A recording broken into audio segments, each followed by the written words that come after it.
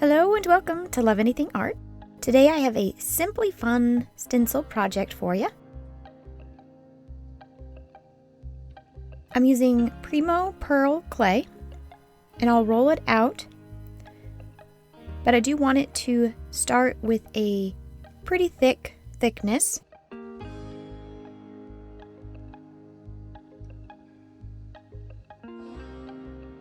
This is a pretty good thickness to start with.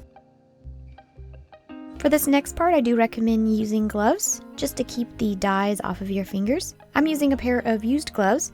Any pair will do. I'll be using these 4 alcohol inks.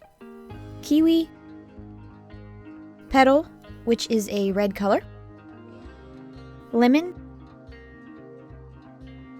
and Lilac.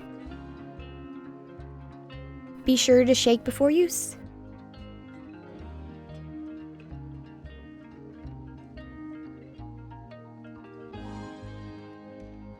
I'm placing a small dab on my gloved hand, and I'll just dab it onto the clay.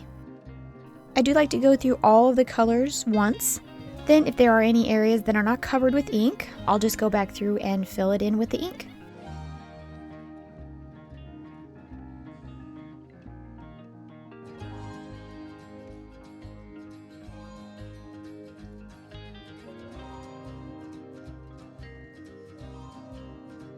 Let the ink dry before continuing. At this point, I'm just going to remove my clay from the paper, and I'll gently dab the clay. This is just to remove any of the excess ink and to smooth out all of the ink colors. Use a roller to flatten just slightly.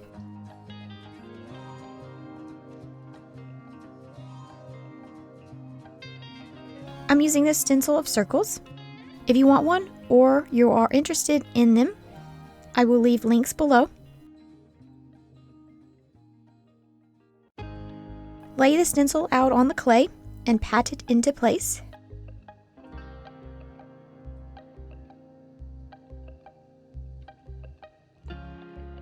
Roll the stencil into place with a roller.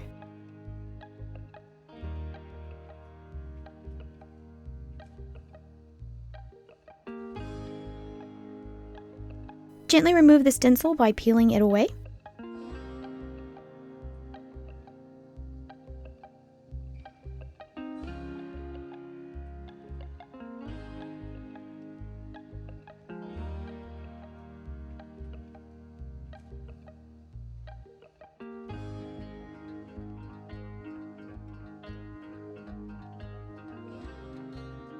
I'm using this Spring Lilac for the backing. It's a really pretty purple color. Roll out a piece and place it behind the inked clay. You can flip it over and cut away any of the excess clay.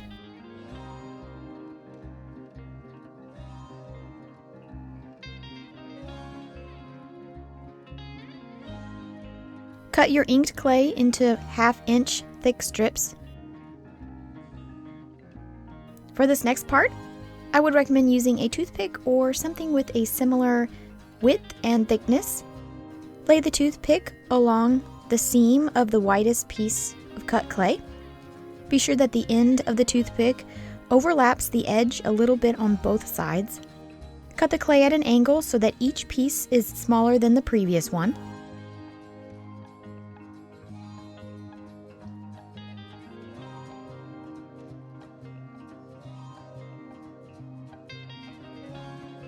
For this next part, I'll just let you watch. I think it will make sense once you're watching. Enjoy!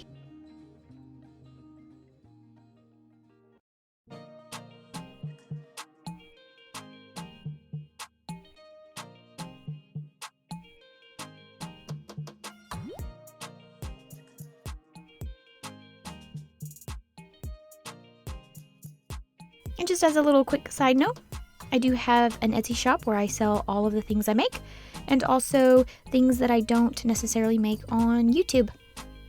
If you are interested, I will leave a link in the description box below.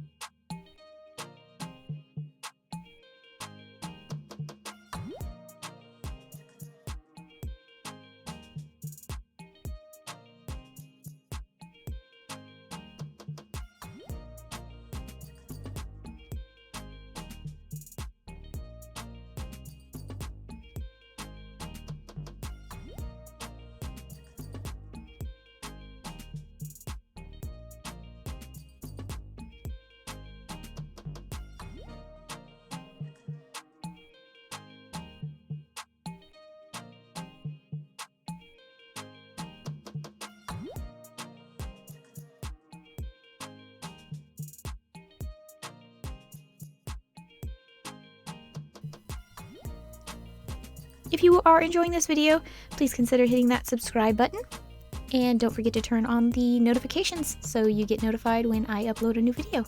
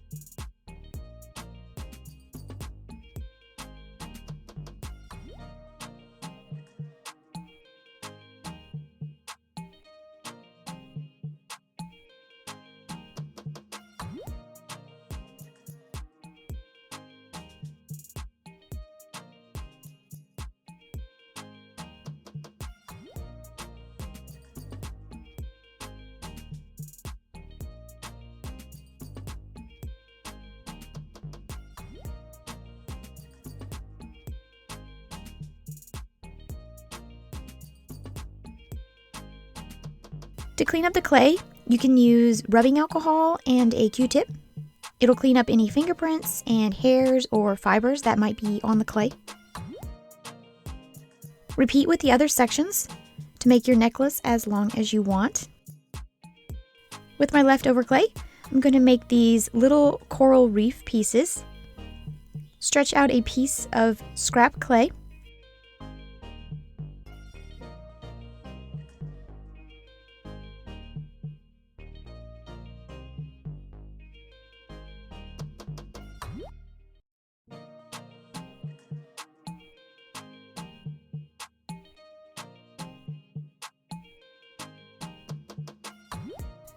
And flatten with your fingers.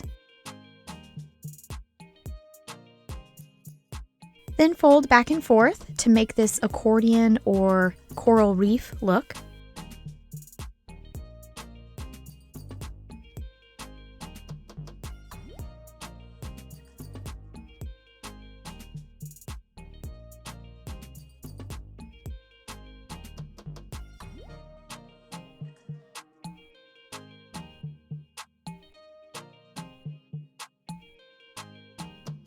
I do like to lay out my necklace design before stringing it.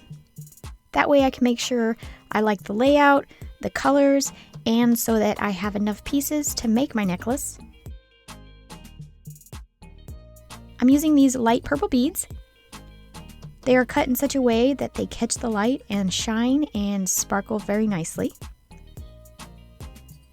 With each of these coral reef pieces, I will pierce a hole all the way through the middle so I can string them after baking. Afterwards, you can bake all of your pieces. Once baked, lay your necklace design back out again and assemble. You can use string, wire, or cord to string your necklace. I'm using this metal wire with a plastic coating. Cut off a section larger than you want your necklace to be. Place a crimp bead on one of the ends and cover with a bead cap cover.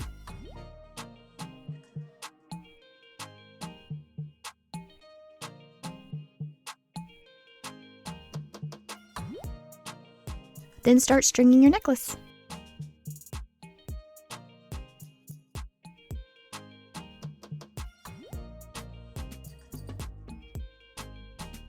Place your crimp bead on, crimp it into place.